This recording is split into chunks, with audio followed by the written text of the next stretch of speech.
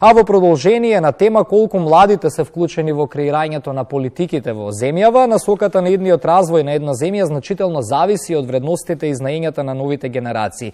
Од тие причини особено важно е да се препознае позицијата на младите во општеството и да се согледаат нивните ставови и перцепции во однос на различните прашања.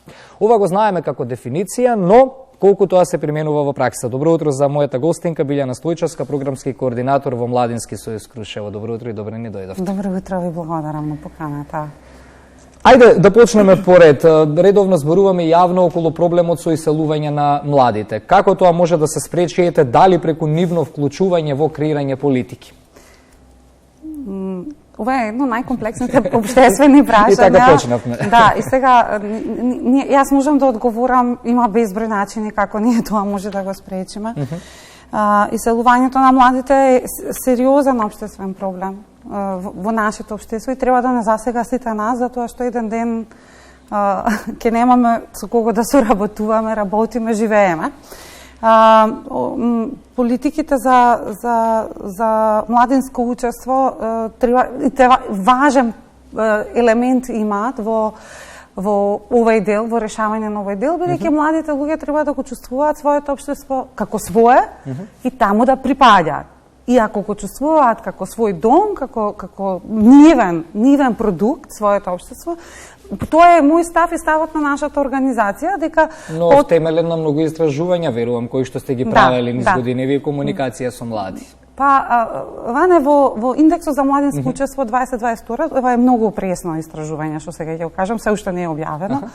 Се покажува, истражуваме 3 типа на младинско учество во различни типови на политики. Тоа се политичко младинско учество, социјално и економско. И сметаме дека овие фактори се многу важни во однос на дефинирањето на младите, на учеството на младите луѓе во нашето општество. Што да речеме политичкото учество, што вас најмногу ве интересира, е на прилично ниско ниво, зборувам за централните владини тела. Значи нема млади луѓе во владата, во нашата влада, нема млади луѓе во парламентот. Политиката е всушност нешто што ја води државата. И поради тоа малку подолу ќе ја погледнеме анкетата дали гласа и како гласа генерација Z. Малку ќе се посветиме и повеќе деновиве на таа тема. Кој е потенцијалот кој може да се изгуби со невклучувањето на младите во креирањето политики? Младите луѓе се над 18% од нашето општество и сега ако математички сметаме, ќе изгубиме 18% од капацитетот. Меѓутоа не е само вака.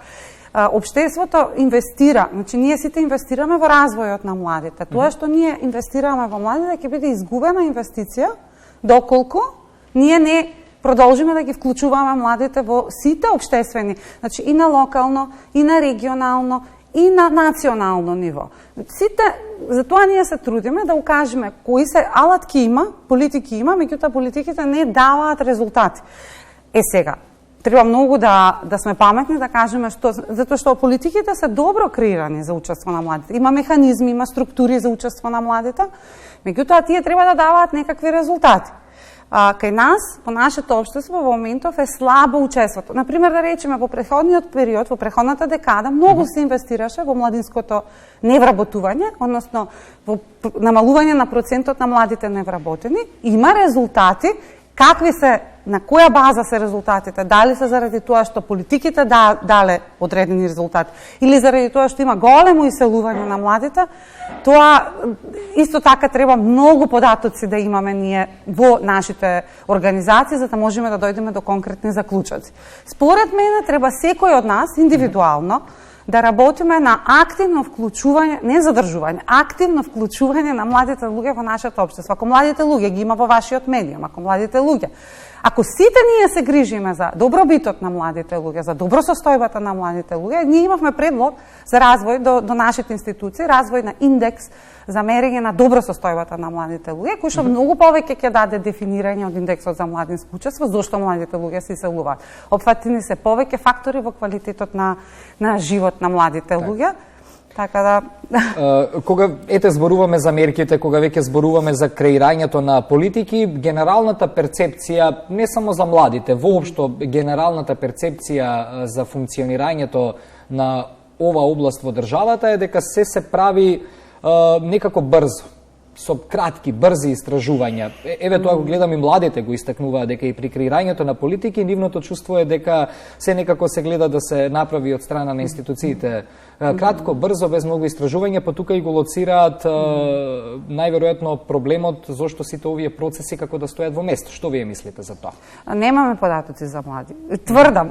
не мислам, тврдам, затоа што еве до пред еден месец работевме на оваа тема. Сега работиме например да речеме на податоци за младинско можности за младинско вработување преку меѓугранична соработка. Немаме податоци за млади. Значи, ние како заедница не инвестираме во податоци за млади, не ни се нас главната целна група младите. И тоа брзо креирање на политики, јас не би го кажала така, јас би го кажала креирање на политики и механизми за учество што не е базирано на податоци. Популистички. Па, Како што знаат да се изразат политичарите. Тоа е ваш став. Ако не, зборувам ако се брзо, најверојатно. Независно дали се брзо или пополека. Значи, ако не е базирано на податоци, кои што се релевантни, врз релевантни истражувања, и исто не е важно кој ги прави истражувањата. Важно е само да имаме добри податоци врз база на кои што ќе се градат и политики и механизми, затоа што политиките се еден сегмент, а после истите треба да се имплементираат во пракса. Ние најголем проблем имаме со имплементација на политиките во пракса. Так. Не допираме до младите, тешко допираме до младите. Дури ние, иако сме организација, возрастна организација за млади, повеќе од 25 години работиме со млади, тешко допираме до младите луѓе, особено до неорганизираните млади луѓе во нашето општество. И доколку политиките и механизмите не допираат до младите луѓе, не ги вклучуваат. Или, уште погруба да бидам, ака утрински, ги исклучуваат. Так. Значи, постојат механизми, а ги исклучуваат. Затоа јас секогаш кога сум во медиуми апелирам, поготово до тие што можеме, до вас, да ги вклучувате младите колку што може повеќе во вашите медиуми, да се слушаат, да се гледаат и да се таргетираат, да се целат кон нивните проблеми и до решенија. Заедно можеме да дојдеме до решенија, јас сум сигурна. Так. Да.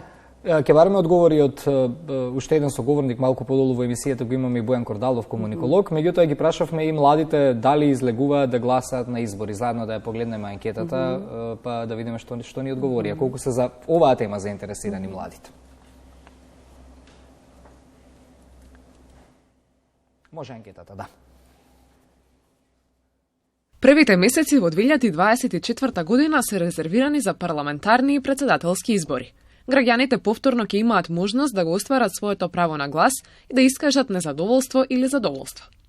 Во Македонија се одржуваат избори за пратеници во собранието, за председател на републиката и локални избори за советници и градоначалници. Ако се навратиме од првите избори до денес, ќе забележиме дека повозрастните граѓани имаат големо гласачко искуство.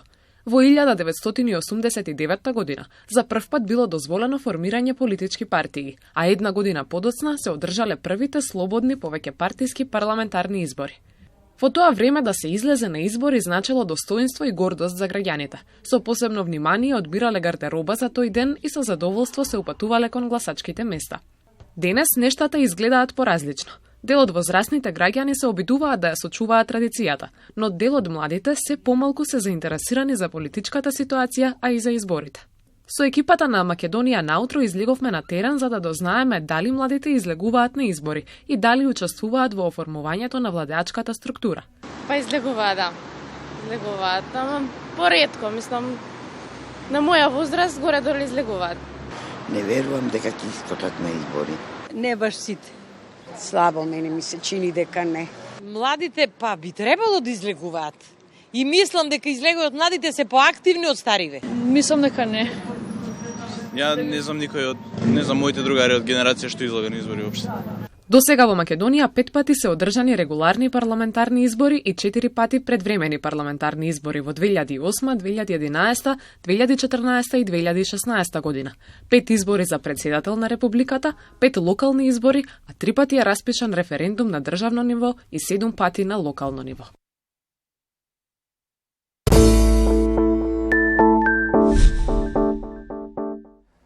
А интересно е тоа што и младите во последниве години се помалку сакаат и да зборуваат пред камера кога снимаме анкета, се надеваме дека ова ќе се промени. Во продолжение го вклучуваме на тема младите и креирањето политики комуникологот Бојан Кордалов. Бојан, доколку те имаме на Skype, ќе започнам со една твоја изјава од неодамна, ќе цитирам, велиш шанса на младите или да им се даде шанса на младите или ќе станеме земја на пензионери. Се подобрува ли оваа тема, добиваат ли младите се повеќе шанса колку се гласно се зборува за овие проблематики или каква е генералната перцепција од денешна гледна точка? Благодарам, Ване, за можноста. Изјавата има уште еден дел, ќе останеме земја на пензионери и администрација. Да, немавме место да го пишеме целиот наслов, за тоа се оставив. Не, ако јас само ја дополнувам, сакајќи да кажам дека всушност сериозноста од оваа работа ми беше докажам дека не зборувам овде за хартија, не зборувам овде за некаква симулација, туку за реалност, бидејќи младите се повеќе се иселуваат во земјите на Западна Европа, земјите од САД. Меѓутоа, она што е клучно или она што е важно и што е проблематично е што кога ќе ги прашате дали би се вратиле, најголем процент, над 90% викаат не. Значи не е проблем да младите луѓе бидат мобилни, денеска е така на неограничени можности. Меѓутоа, кога некој ќе ви каже дали би си дошол дома, не, дали би се вратил во Македонија, не, тогаш имаме проблем. Така што мислам дека многу малку се прави на овој план и мислам дека уште многу повеќе конкретна акција треба да се направи, а таа акција може да биде само ако се вклучат младите, бидејќи додека ние, додека институциите со повозрасни луѓе креираме политики за младите, а не ги вклучуваме нив, ништо од ова нема да може да биде реално и видливо за нив, нема да поверуваат. Велиш 90% од младите велат не би се вратиле назад. Тука ја подвлекуваме линијата или се уште можеме да бидеме оптимисти дека со некои системски решенија, системски промени можеме да го намалиме овој процент во иднина или тоа е тоа веќе со овие генерации? Најголемата можност која што стои на располагање е да дадеме шанса на младите луѓе да кажат какво општество сакаат. Значи, вие ако обезбедите финансиски средства, услови, можности за амбициозни млади луѓе кои што сакаат да отворат реални бизнеси, тие самите ќе сакаат да се вратат во Македонија и да го пробаат тоа. Ако вие дадете шанса за подобра културна програма во градот, во државата, ако вие направите железничко, патно и секако поврзување на градовите, младите ќе сакаат да се вратат во Македонија многу повеќе од сега.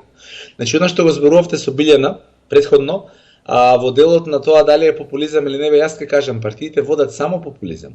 Во делот на тоа како ќе се направат и променат нештата за младите, а всушност реално ништо не се прави.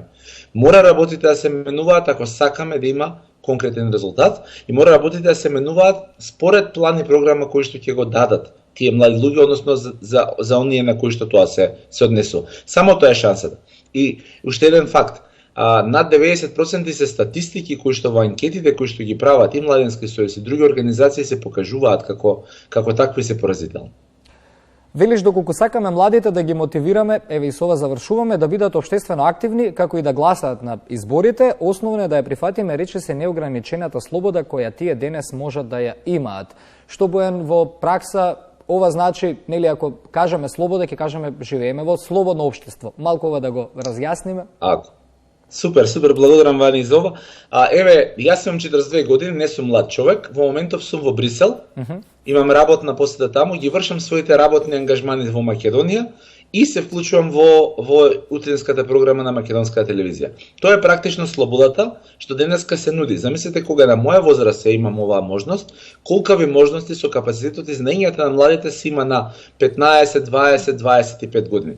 Така што треба да се направи е да се даде шанса на младите луѓе да бидат активни на нивни начин, да можат да бидат и да патуваат, и да работат, и да студираат, и едноставно на бирократизација и формализација да се сведе на минимум, бидејќи времето е такво. Ако вие мејл може да закажете во 12 часот на полнок да се испрати утре дента, сабајле или некој друг ден, замислете како звучи новија генерација денес кој ќе им кажете мора од 8 до 4 да бидете некаде врзани за столче. Бојан, благодарам за ова утринско јавување од Брисел. Верувам ќе се согласиш и ти, ќе се согласи гостинката во студио. Треба и малку повеќе да мотивираме и дел од научната фела од професорите малку повеќе да прифаќаат гостување на вакви дебати и на вакви медиуми, бидејќи сето тоа е во интерес на младите, бидејќи во последниве години да не ги критикуваме само младите, некако и од возрастните, пред се од професорската фела, фали малку поголема соработка со медиумите и разговор на овие теми, вака отворено.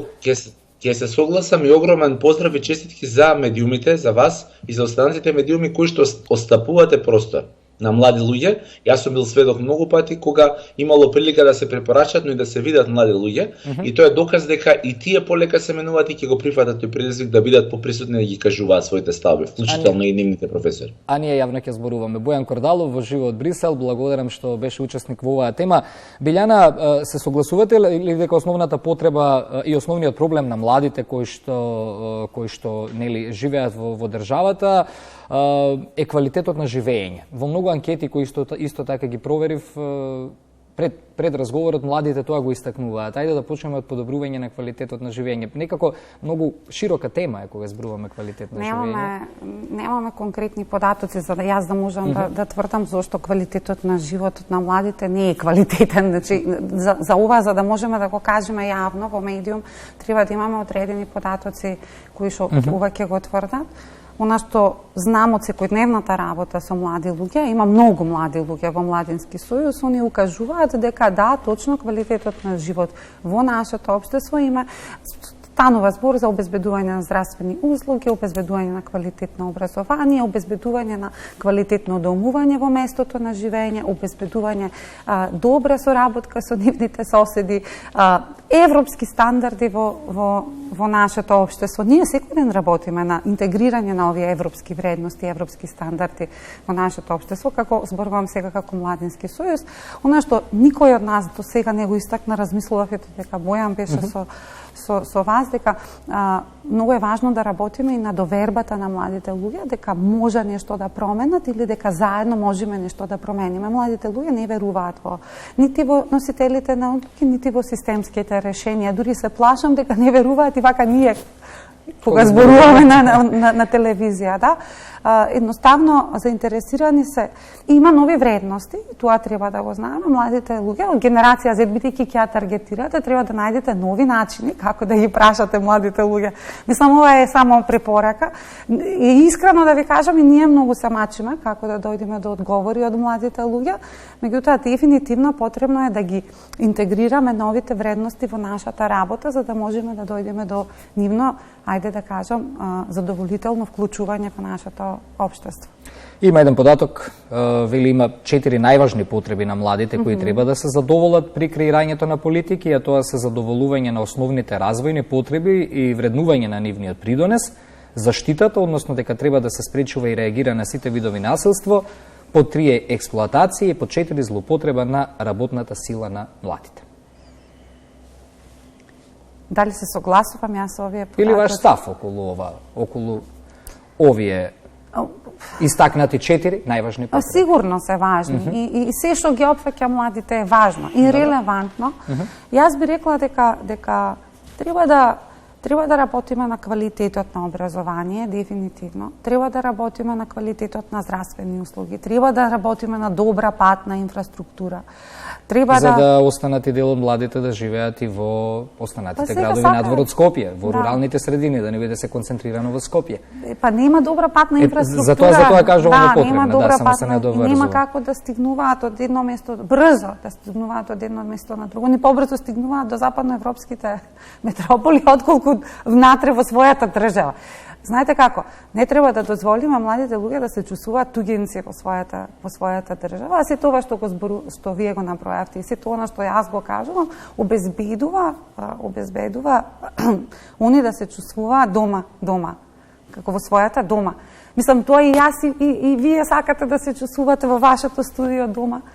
И кога ќе се чувствувате како дома, ќе биде ваше студиото и нема да имате потреба да бегате од студиото, туку ќе го сакате и ќе го секојдневно ќе кажувате добро утро, млади луѓе. Јас мислам, податоците се малку за да можеме да даваме некои релевантни. Она што можам да укажам е дека политики има.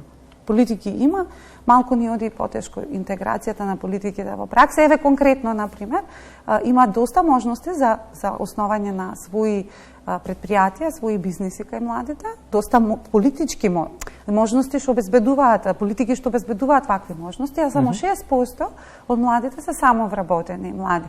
Значи треба и да мериме колку политиките ни за нас ефективни и ефикасни. Треба да мериме колку младите ги прифаќаат и ги употребуваат овие политики. Благодарам за гостувањето, благодарам што зборувавме на оваа тема. Секако ја следиме вашата работа и активности, да се гледаме почесто во интерес на младите и да ги потсетиме колку се важна алка во функционирањето на целото ова општество, да не креваат раце од се. Ви благодарам и вас и во секое време сме тука за гостување. Следниот пат млади луѓе ќе имат. Договорено. Можеме заедно да излеземе во град да пробаме да снимиме анкета, да го видиме нивниот пристап.